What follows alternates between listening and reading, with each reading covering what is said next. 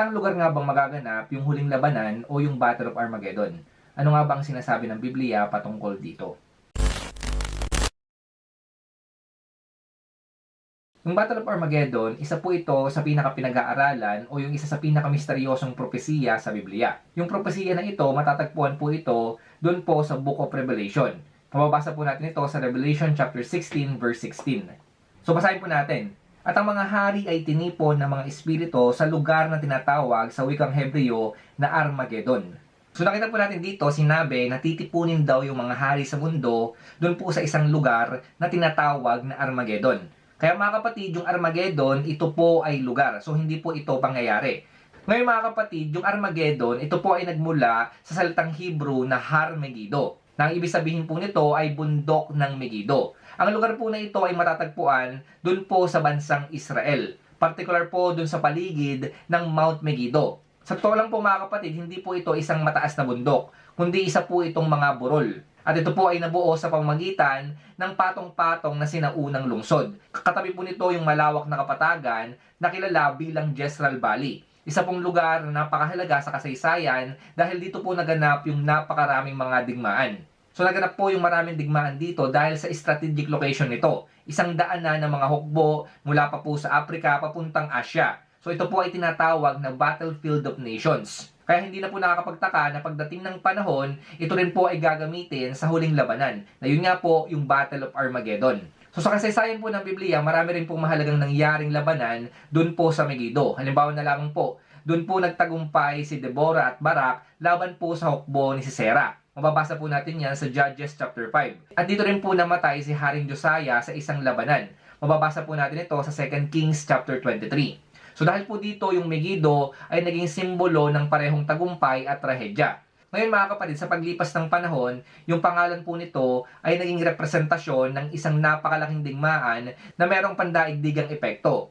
Ito po ay isang digmaan hindi lamang pisikal kundi spiritual. Kung babasahin po natin yung Book of Revelation, makikita po natin dito na bago mangyari yung Battle of Armageddon, magkakaroon ng matinding kaguluhan sa mundo. So yung kaguluhan po na yan o yung paghihirap na yan, yan yung tinatawag natin na tribulation. So mga kapatid, itong Battle of Armageddon, ayon po sa maraming mga scholar, ito po ay mangyayari pagkatapos ng tribulation period. So sa panahon po ng tribulation, magkakaroon po ng iba't ibang mga sakuna tulad na lamang ng lindol, taggutom, digmaan, at mga kakaibang pangyayari sa kalangitan. Lalakas din po yung impluensya ng kasamaan at lilitaw po yung tinatawag po natin na Antikristo, isang leader na magdadala ng panlilinlang at kapangyarihan sa mundo na ito. Marami po mga tao ang susunod at sasamba sa Antikristo na ito, pero hindi nila namamalaya na sila po ay naliligaw na sa katotohanan. So kapag nalinlang na po ng Antikristo yung napakaraming mga tao at napakaraming mga leader, titipunin niya na po yung mga hari, yung mga leader, at yung mga hukbo sa buong mundo para sa isang huling labanan laban sa Diyos, laban po sa ating Panginoong Kristo. So yung labanan po na ito, hindi ito basta-basta digmaan. Hindi po ito basta-basta kasi mga kapatid, yung kalaban po dito, hindi lamang tao, kundi mismo yung kalooban ng Diyos. So pagkatapos po ng tribulation, ang mangyayari po niyan, babalik na yung ating Panginoong Kristo sa mundo na ito. So yan po yung tinatawag natin na second coming. So dito po makikita natin symbolically yung ating Panginoong Kristo, bababa po siya sa mundo na ito na nakasakay sa puting kabayo. Ito po ay simbolo ng tagumpay at kapangyarihan. So siya po ay tinatawag na hari ng mga hari at Panginoon ng Panginoon. So sa pagbaba po ng ating Panginoong Kristo sa mundo po na ito, doon sa Israel, doon na po magsisimula yung Battle of Armageddon. So maglalaban po yung Antikristo at yung mga sumunod sa kanya, at higit sa lahat yung ating Panginoong Kristo at ganoon din yung mga sumunod sa kanya. So mga kapatid, ito po yung tandaan nyo, yung Battle of Armageddon ay hindi isang laban na pantay ang lakas. So hindi po siya katulad ng mga napapanood po natin sa mga pelikula, na magkakaroon po ng labanan at tumatagal yung mga labanan. Pag binasa po natin ang Biblia, makikita po natin dito, malinaw po yung salita ng Diyos. Sa isang iglap, matatalo po lahat ng puwersa ng kasamaan. Yung Antikristo po at ang kanyang mga tagasunod ay hahatulan. At ang kasamaan po ay tuluyang mawawala kapag bumaba na yung ating Panginoong Kristo dito sa ating mundo o yung second coming. Makikita po natin dito na merong kapangyarihan at malakas din naman po yung kasamaan. Pero dito po natin makikita kahit gaano kalakas yung kasamaan o yung Antikristo, hindi po ito magtatagal. At tatapusin po yan ng ating Panginoong Kristo sa pangalawang pagparito niya sa mundo na ito. At kapag nangyari po yon, magsisimula na yung paghahari niya sa mundo na ito sa loob ng 1,000 taon. So mga kapatid, ito po yung tatandaan nyo. Ano man pong mga pananaw nyo o kaya man mga views pagdating dito sa Battle of Armageddon, isa lamang po yung malinaw dito. Yung Battle of Armageddon, ito po ay tanda ng katapusan ng kasamaan at simula ng bagong panahon sa ilalim ng paghahari ng ating Diyos sa pamamagitan po ng ating Panginoong Sokristo. Kasi mga kapatid, pagkatapos po ng Battle of Armageddon, itong si Satan, siya po ay itatali o igagapos doon po sa malalim na hukay. Wala na po siyang magagawa. Ikukulong po siya sa loob ng 1,000 taon. At sa loob po ng 1,000 taon na yon, maghahari lamang yung ating Panginoong Sokristo. Wala pong iba. So magkakaroon po ng kapayapaan at kasaganahan pagkatapos ng Battle of Armageddon sa pangunguna ng ating Panginoong Sokristo. So kung titignan po natin sa mas malalim na perspektibo, yung Battle of Armageddon ay hindi lamang po tungkol sa hinaharap. Ito po ay may mensahe para sa kasalukuyan. Pinapakita po nito na yung mundo po natin ay merong direksyon na hindi basta umiikot lamang ng walang patutunguhan. Makikita po natin dito na may plano yung Diyos at yung kasaysayan po ay papunta sa isang tiyak na wakas. Kahit na po puno ng kaguluhan sa mundo natin ngayon, digmaan, krisis at kawalan ng kapayapaan, meron pong darating na araw na aayusin ng Diyos ang lahat. At kayo mga kapatid, ang maganda po dito sa Battle of Armageddon, bagamat hindi pa po nagsisimula yung laban na ito, pero alam na po natin kung ano yung wakas. Alam po natin kung sino yung magtatagumpay. At yan po ay walang iba kundi yung ating Diyos, yung ating Panginoong Sokristo at tayong lahat na sumunod sa Kanya.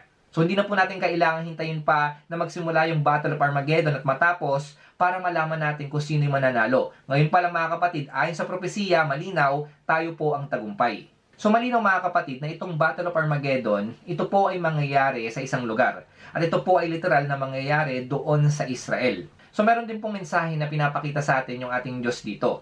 Ngayon kung tatanungin nyo, bakit hindi pa po nabubura yung Israel sa mapa at bakit hindi pa po ito nawawasak sa kabila na maraming mga bansa o kaya man po maraming mga kalaban ang umaatake dito. Noon pa man po, panahon pa lang ng Biblia hanggang sa panahon natin ngayon, marami na pong nagtangka na burahin sa mapa yung Israel. Pero mga kapatid, bakit hindi pa rin ito nawawala?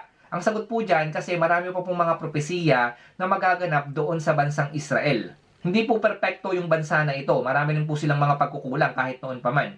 Pero hindi po natin maaalis yung katotohanan na pinili ng Diyos yung bansang Israel. At mayroon pong mga mahalagang propesiya na mangyayari sa Israel pagdating ng panahon. At kasama na nga po dyan yung Battle of Armageddon. Isipin nyo na lamang po ito mga kapatid, kung nabura na sa mapa yung Israel noon pa man, papaano magaganap yung mga propesiya na nabanggit sa Biblia na involve yung Israel. Alam naman po natin na sa second coming ng ating Panginoong Sokristo, bababa po siya doon sa Jerusalem. At yun nga po yung Battle of Armageddon, alam po natin, mangyayari po ito doon din sa Israel. So hindi pa po nagaganap yung mga bagay na yan. Ngayon mga kapatid, ang dahilan kung bakit naandyan pa yung Israel, kasi meron pa pong propesiya na magaganap. Kailangan po yung bansang Israel para matupad yung mga propesiya na nabanggit sa Biblia. Kasama na po dyan yung Battle of Armageddon.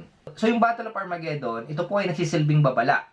Pinapaalala po nito na merong consequence yung bawat desisyon ng bawat tao. Ang pagpili kung susunod ba sa Diyos o sa kasamaan ay hindi po maliit na bagay. Sa huli mga kapatid, lahat po ng tao ay haharap sa katotohanan. Kaya ngayon pa lang mga kapatid, ihanda na po natin yung ating mga puso at isipan sa ating Diyos. Kasi mga kapatid, kapag ikaw ay nanampalataya na sa ating Panginoong Sokristo, ang ibig sabihin lang yan, kapag dumating yung Battle of Armageddon, tagumpay ka na.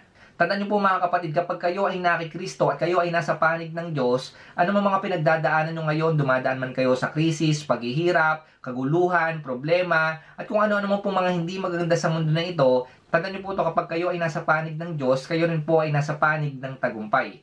Ibig sabihin po niyan mga kapatid, hindi nakabase yung tagumpay nyo sa mga pinagdadaanan nyo sa mundo na ito. Tandaan niyo po, kayo ay tagumpay hindi dahil sa kung sino kayo o kung anong meron kayo. Kayo ay tagumpay dahil lamang sa ginawa ng ating Panginoong Sokristo. Dahil mismo sa ating Panginoong Sokristo. Kaya wala po tayong may pagmamalaki. Ngayon pa lang mga kapatid, ibigay nyo na po yung buhay nyo sa ating Panginoong Sokristo. Kasi mga kapatid, kapag kayo ay nakikristo, sigurado po ang tagumpay. So para sa ating mga mananampalataya, ito po yung tatandaan nyo. Yung Battle of Armageddon, hindi lamang po ito pumapatungkol sa katapusan. Paring yung Battle of Armageddon, ito po yung huling labanan sa gitna ng mabuti at masama. Pero mga kapatid, pagkatapos po ng kaguluhan at pagkatapos ng Battle of Armageddon, isa lamang po yung malinaw para sa ating mga mananampalataya. Magsisimula na rin po sa atin yung bagong simula.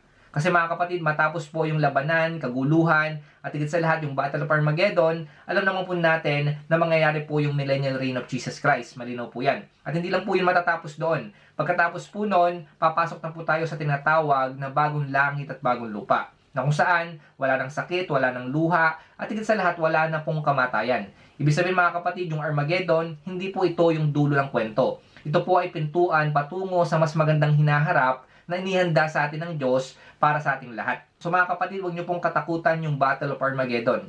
Yan po mga kapatid ay pag-asa para sa ating mga mananampalataya. Ito po ay labanan ng mabuti at masama. So kung ikaw ay nakikristo, ikaw ay nasa panig ng mabuti. At ito po ang malinaw, kapag ikaw ay nasa panig ng Diyos, ikaw ay siguradong magtatagumpay. Kaya ngayon pa lang, ibigay mo na yung buhay mo sa ating Panginoong Kristo at manampalataya ka na sa Kanya. Kasi mga kapatid, kapag nakikristo ka na, ang identity mo, isa kang mananagumpay.